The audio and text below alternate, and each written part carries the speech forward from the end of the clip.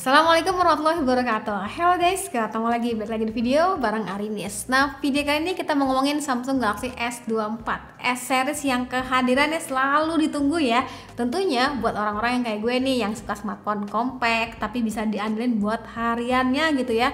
Khususnya buat kebutuhan konten saat mobile gitu misalnya. Video ini tuh isinya benar-benar curhatan gue dari si mantan pengguna S23 yang menurut gue tuh udah sempurna gitu ya. Terus pindah nih ke S24 nih, kira-kira kayak gimana nih ya? Penggunaan chipset Exynosnya berpengaruh banget apa enggak sih? Terus adanya Galaxy AI itu kepake banget apa enggak? Ya udah yuk langsung aja tonton videonya sampai akhir. Ngomongin desainnya emang identik ya, compact yang nyaman saat genggaman. Model kamera tuh yang minimalis ya sama. Desainnya tuh 11-12 banget lah ya. Paling yang membedakan itu detail-detail kecil kayak letak flashnya lah, finishing sisinya yang sekarang lebih ngotak gitu. Bagian desain ini jujur aja nggak banyak perubahan ya teman-teman. Sebenarnya tuh gue suka sama desain kameranya yang minimalis, yang cukup ikonik kayak gini. Cuma ya gegara seri Samsung lain di bawahnya tuh modelannya pakai kayak gini juga agak sedih sih gitu ya, karena seri S yang tatanya tuh flagship terbaiknya Samsung gitu tiba-tiba disamain sama smartphone yang harganya di bawahnya, kayak kurang spesial gitu ya. Meskipun ya sejatinya pada saat kita pegang, kita raba tuh ya beda aja sensasi material di bawahnya. Nah, kalau diinget-inget dulu di S21 ataupun S22 tuh modelnya sama ya, nggak begitu berubah tapi emang lebih ikonik. Lanjut di S23, di S24 juga punya desain yang sama. Ini gue sotoy aja ya, mungkin tahun depan bakal ada desain baru mengingat siklus desainnya tuh kayak berubah per 2 serinya gitu ya. Ya nanti kita lihat aja lah. Bagian layarnya yang jadi salah satu improvementnya. Penggunaan di luar ruangan tuh kayak terasa lebih jelas gitu ya, karena tingkat kecerahan peak brightness-nya itu hingga 2600 nits. Terus screen rasionya tuh lebih luas gitu ya, dan jenis layarnya kini tuh Dynamic AMOLED 2X. Displaynya juga refresh tuh lebih dinamis aja, bisa dari 1 sampai 120 Hz gitu. Ini bakal pengaruh ke konsumsi dayanya. Apakah baterainya lebih irit? Nanti bakal gue ceritain ya, ini agak unik sih. Selain itu bagian yang kerasa banget istimewa itu ada di bagian update software ya, yang setia banget sampai 7 tahun loh. Wah, salut sih ya, bener-bener kayak langgeng banget ini mah ya buat jangka waktu panjangnya. Jadi sebagai informasi aja, sekarang tuh kan pakai One UI versi 6.1 dengan berbasis Android 14. Jadi kalau dapat update software hingga 7 tahun, pasti bakal aman gitu ya hingga Android 21. Nah, ngomongin soal 7 tahun ke depan ya, RAM-nya tuh 8 GB nih ya, kira-kira masih aman nggak ya? Karena masih jadinya yang S24 base unit ini tuh RAM-nya cuma 8 GB, kalau yang plus kan hingga 12 GB tuh ya. Mungkin keraguannya hanya di situ sih bagian RAM-nya aja. Lanjut soal performanya sendiri, khusus di S24 dan juga S24 Plus ini tuh dapatnya Exynos 2400. Mungkin ini hal yang buat beberapa orang tuh awalnya kayak bikin ragu. Aduh, pakai Exynos nih, anget nggak? Beli nggak ya? Daripada overthinking, sini deh gue kasih jawabannya. Jadi sebagai informasi, ini kalau kita jajarin sama S23 yang pakai Snapdragon 8 Gen 2, skor AnTuTu-nya tuh bedanya di 300 ribuan. Yes, penggunaan Exynos di Galaxy S24 tuh lebih tinggi ya skornya.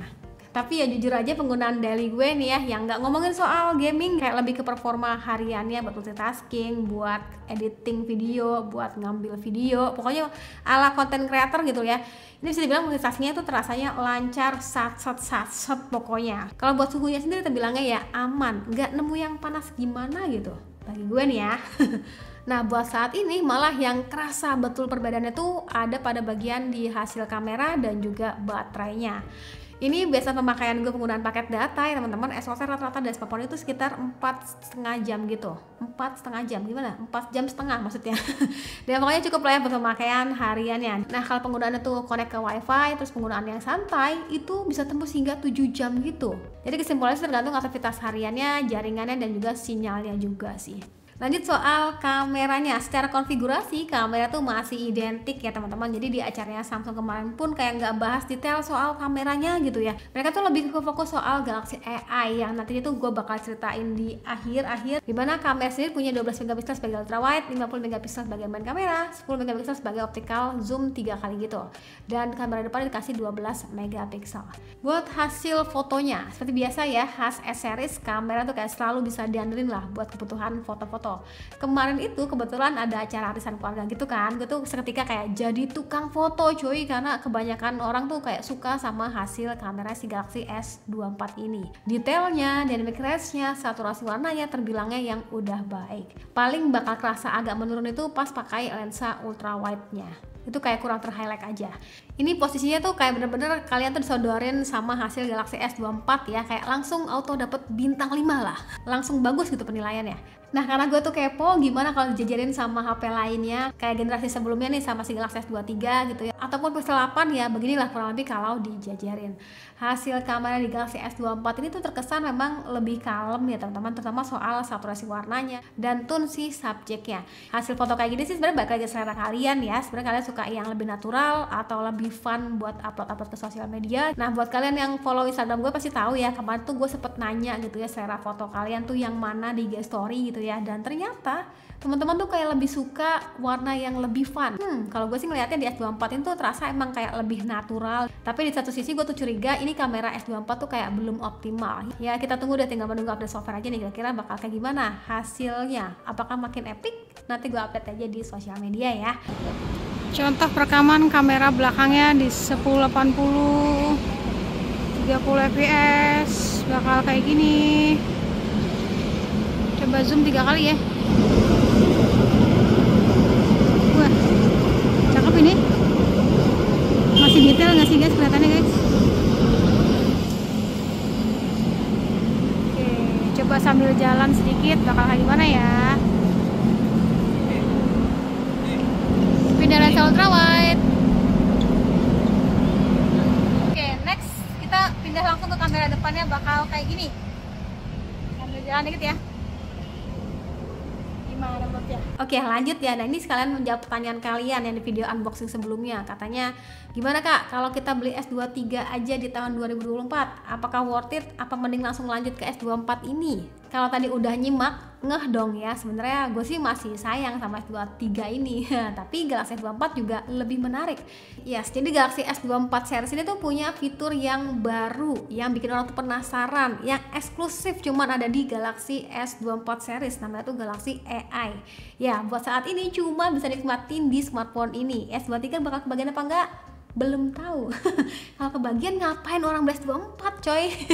Ya nanti-nantilah kali dapat software beberapa tahun kemudian mungkin ya. Fitur-fiturnya tuh keren sih ya. Yang gue suka tuh kayak circle to search gitu ya, buat tahu nama objek dengan cara melingkarinya aja. Bisa dari objek yang saat kalian lihat gitu ya, mau tanya tapi kok agak jaim gimana gitu ya. Ya udah tinggal arahin kameranya, tekan home, langsung itu ya muncul detailnya. Atau bisa juga nih pada saat kalian scrolling sosmed gitu ya, terus kalian tuh kepo sama nama tempat atau suatu barang, tinggal tahan tombol home-nya terus dilingkarin aja. Simple banget woi. Nggak usah nanya-nanya lagi. Selain itu gue juga suka tuh sama AI foto editingnya buat ngedit secara instan gitu ya. Mau edit si subjeknya jadi lebih tinggi, pindah-pindahin posisi subjeknya, atau hapus objek yang mengganggu ya, nanti si AI yang bakal ngerapihin. Simple banget. Ini sih magic banget ya, selagi perubahan tuh nggak terlalu ribet gitu ya.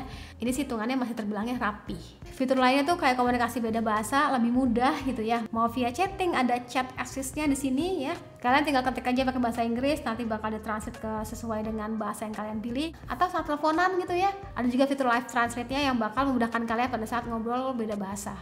Dan bahkan pada saat traveling ini nggak ngerti bahasanya gitu ya, bisa manfaatin interpreter yang mana bisa menerjemahkan secara langsung. Nah sayangnya untuk bahasa Indonesia sendiri tuh nanti yang menunggu Q2, nanti bakal gue update aja lah. Sebenarnya masih banyak ya fitur Galaxy AI lainnya. Ini sih gue yakin banget kayak jadi magnet lah ya buat orang tuh melirik S24 series. Aktualnya tuh bakal kepake apa enggak ya, balik lagi ke aktivitas kalian harian tuh kayak gimana gitu ya.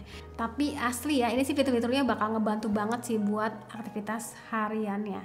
Buat pelengkap aja nih fitur killer lainnya tuh kayak ada sertifikat IP68 yang bakal tahan air dan juga debu.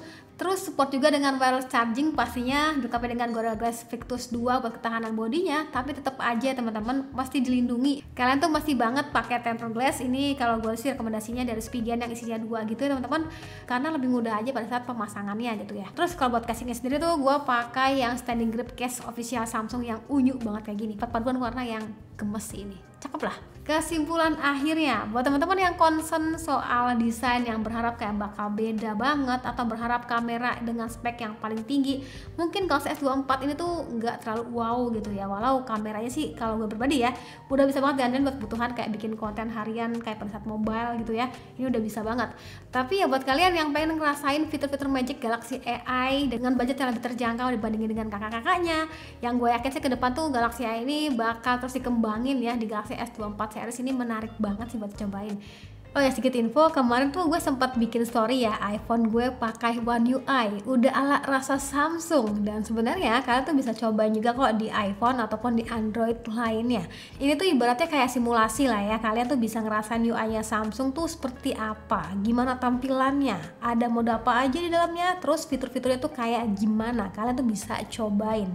Caranya tuh ya tinggal download aja Try Galaxy di samsung.com. Ini bisa diinstal di Android dan juga iOS. Setelahnya ikutin aja langkah-langkahnya dan langsung deh tampilan UI-nya bakal ala-ala rasa Samsung. So, saran dari gue buat teman-teman yang emang budgetnya tuh udah pas gitu ya, pengen nyobain S series, mending langsung lompat ke S24 ini aja. Karena kayak lo bisa dapetin kayak Galaxy A ya tadi gue bilang, terus sama update software yang panjang, terus ya lebih up to date aja guys. Ya udah, itu tadi komentar dari gue. Kalau pendapat kalian sendiri tentang Galaxy S24 ini menurut kalian tuh kayak gimana? Tulis di kolom komentar ya. Sekian dari gue, terima kasih sudah nonton sampai video. Jangan lupa like videonya, jangan lupa juga subscribe juga channelnya, dan sampai ketemu lagi di video selanjutnya. Sekian dari gue lagi, dan saya bilang see you, bye bye.